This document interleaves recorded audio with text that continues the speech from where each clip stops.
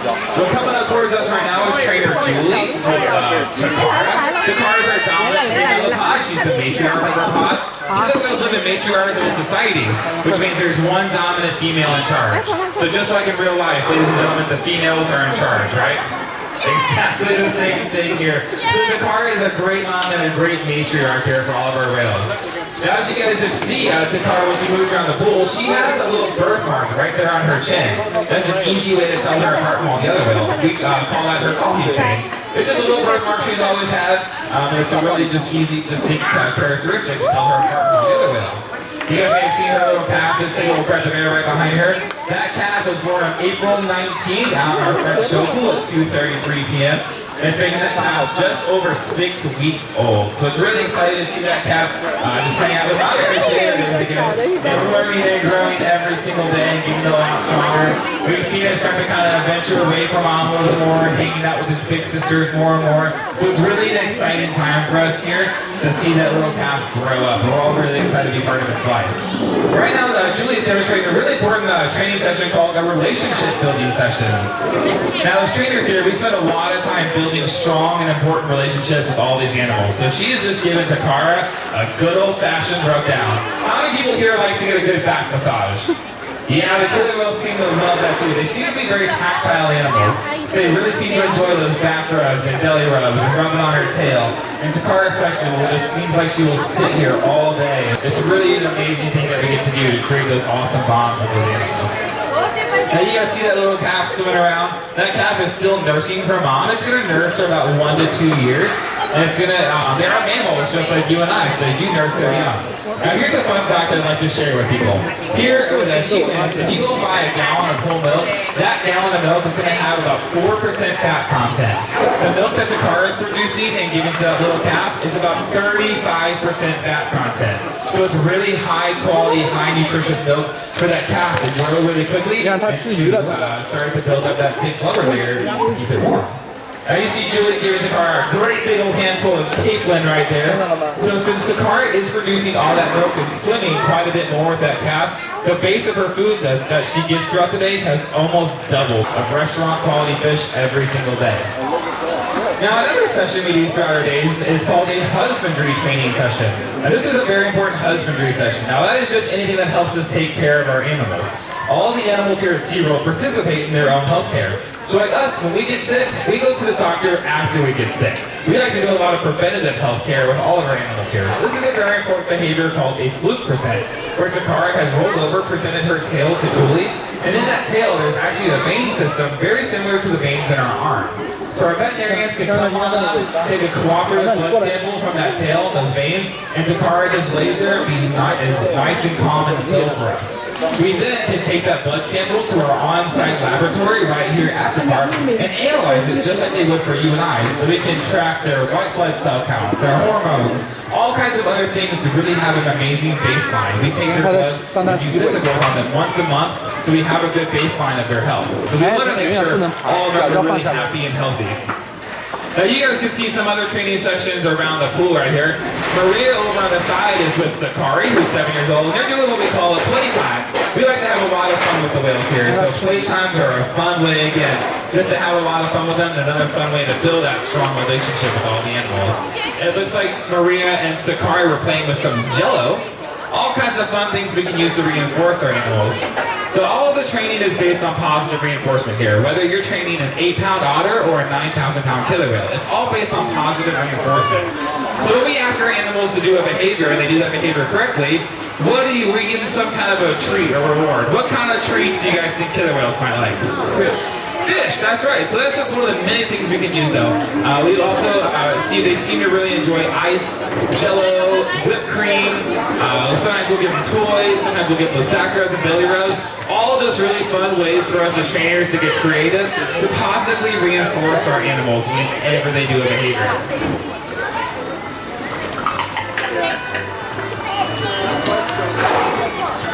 Thinking and interacting with their trainers every single day.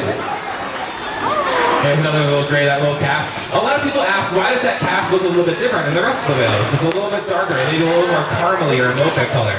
When the calf is first born, it's a little bit darker, and we believe that's for camouflage, for the whales to hide their mom's shadows. so nothing's going to try and hunt on the killer whale, and it's going to help protect that little baby. Now the killer whales are the top predator in the ocean, so really nothing is going to hunt on these guys, but these guys eat just about anything out there in the ocean.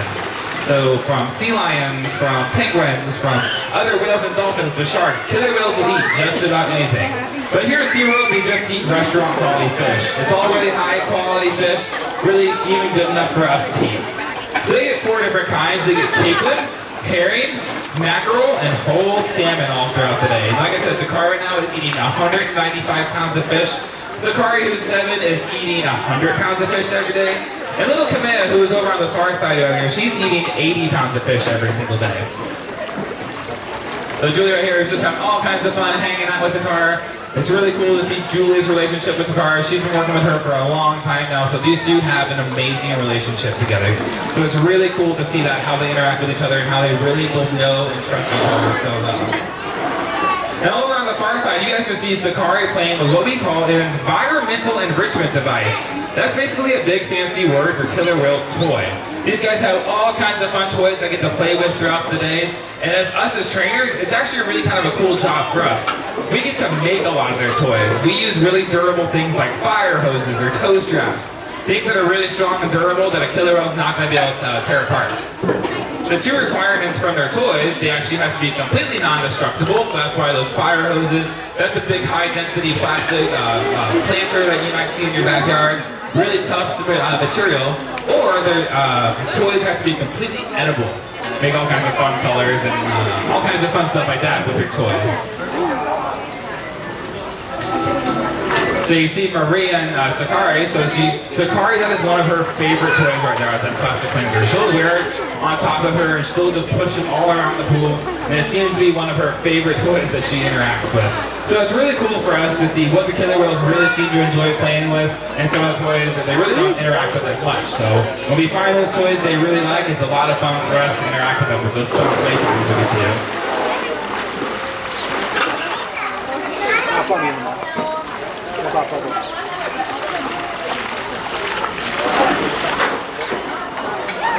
Alright, Takara is going to demonstrate some of them that she can make. This one's called her bird shirt. The next one will be her clicker.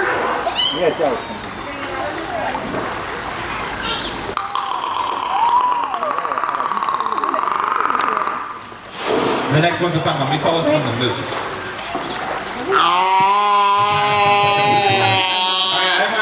Listen up real carefully, because hopefully Takara will demonstrate one more vocalization she can make, and it always seems to be a crowd favorite. So take a listen. Sakari did it. Very nicely done, ladies. We call that the raspberry. Now those vocalizations the whales are making were actually many of the ways killer whales can communicate with each other. However, they manipulate that blowhole into different shapes to make different noises. Get those cameras ready. Sakari's going to do a beautiful side lineup for you guys right here. So you guys a great look at that beautiful black and white coloration on her.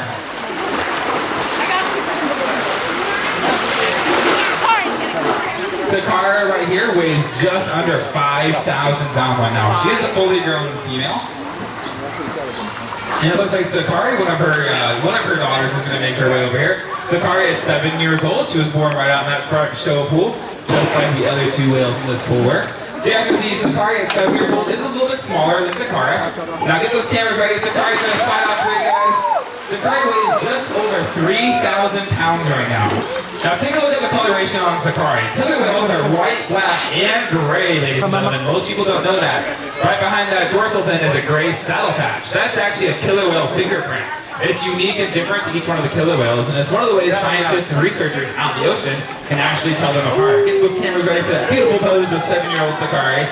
You guys can also see those white eye patches right there. Those are called false eye patches, and it's a form of killer whale camouflage. Their eyes are actually located right in front and below that false eye patch, and it just disrupts that coloration out in the ocean. So if there's an animal swimming around that sees a killer whale, that white eye patch is going to make the actual eye look a lot bigger than what it actually is. We talked about some of those fun playtimes that we're doing. Sakari is learning a fun new playtime right now. Maria just gave her a little piece of Jell-O, and we're teaching her to go take that Jell-O and actually put it into the planter. So let's see if she gets it in there. Wherever she goes, very nice. Sakari, give her a great big round of applause.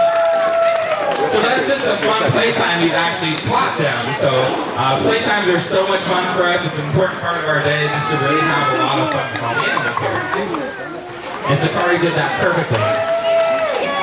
So one of the ways Maria's going to reinforce that awesomeness is just by giving her a good old back rub, loving her on her back, that good back massage that the killer whales really seem to enjoy.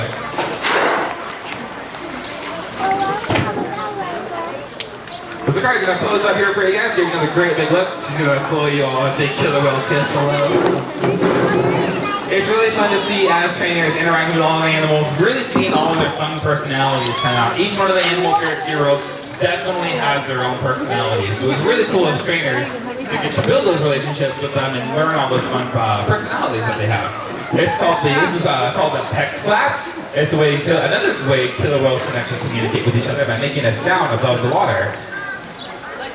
There you go, very nicely done, Sakari. Like I said, those pectoral flippers, they use them for steering and stopping. So like I said, if you were to take an x-ray of those pectoral flippers, you'd see those 5 individual digits in there. But of course, on the killer whales, they're going to be much, much larger.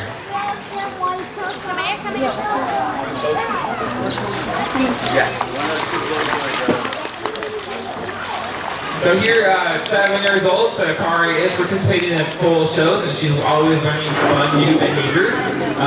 It takes them, a couple years to really be fully integrated into our shows. A lot of people ask when the calf is going to start participating in shows and when we're going to start training the calf. And the calf is actually learning so much already, from mom especially, and from its big sisters. So get those cameras out ready. I'm surprised you demonstrate a beautiful what we call a quick spin.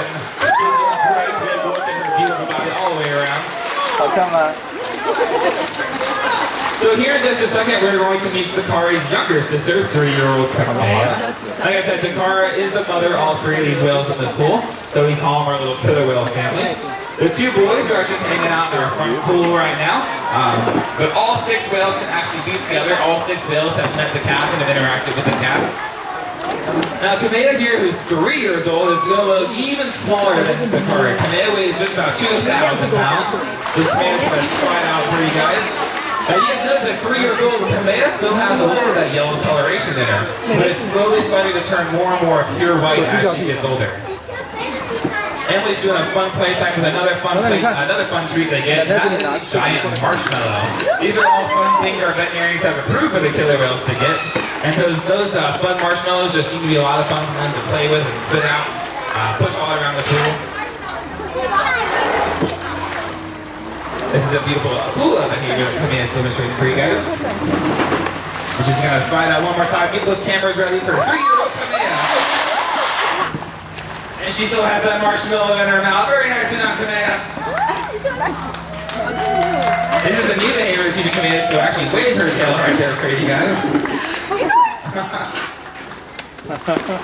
Very nicely done. So Emily's going to reinforce that behavior again with that fun marshmallow. She tosses it right into the pool. Kamea's going to swim out and grab that marshmallow. There she goes. So loud. We go down there and play with it. Just put it right back out of head. Like, good job, Kamea. All right. Give her a good old handful of fish. Now Kamea, 3 years old, is eating 80 pounds of fish every single day. Now Sakari and Kamea have one last thing to say to you all this afternoon, and that is a great big killer whale wave goodbye.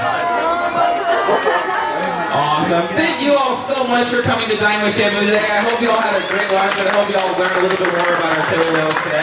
I want to invite all of you back to our stadium today at 3 p.m. till 4 p.m. for open viewing. We'll have our killer whales out in that front pool to see them all interacting with the new calf. And then I invite you guys to come on back after that at 5:30 for our One Ocean Shamu show. So our stadium will open at 5 p.m. for that. If you guys want to get here early to get those seats in that nice cold splash zone, getting soaked by that 52-degree salt water.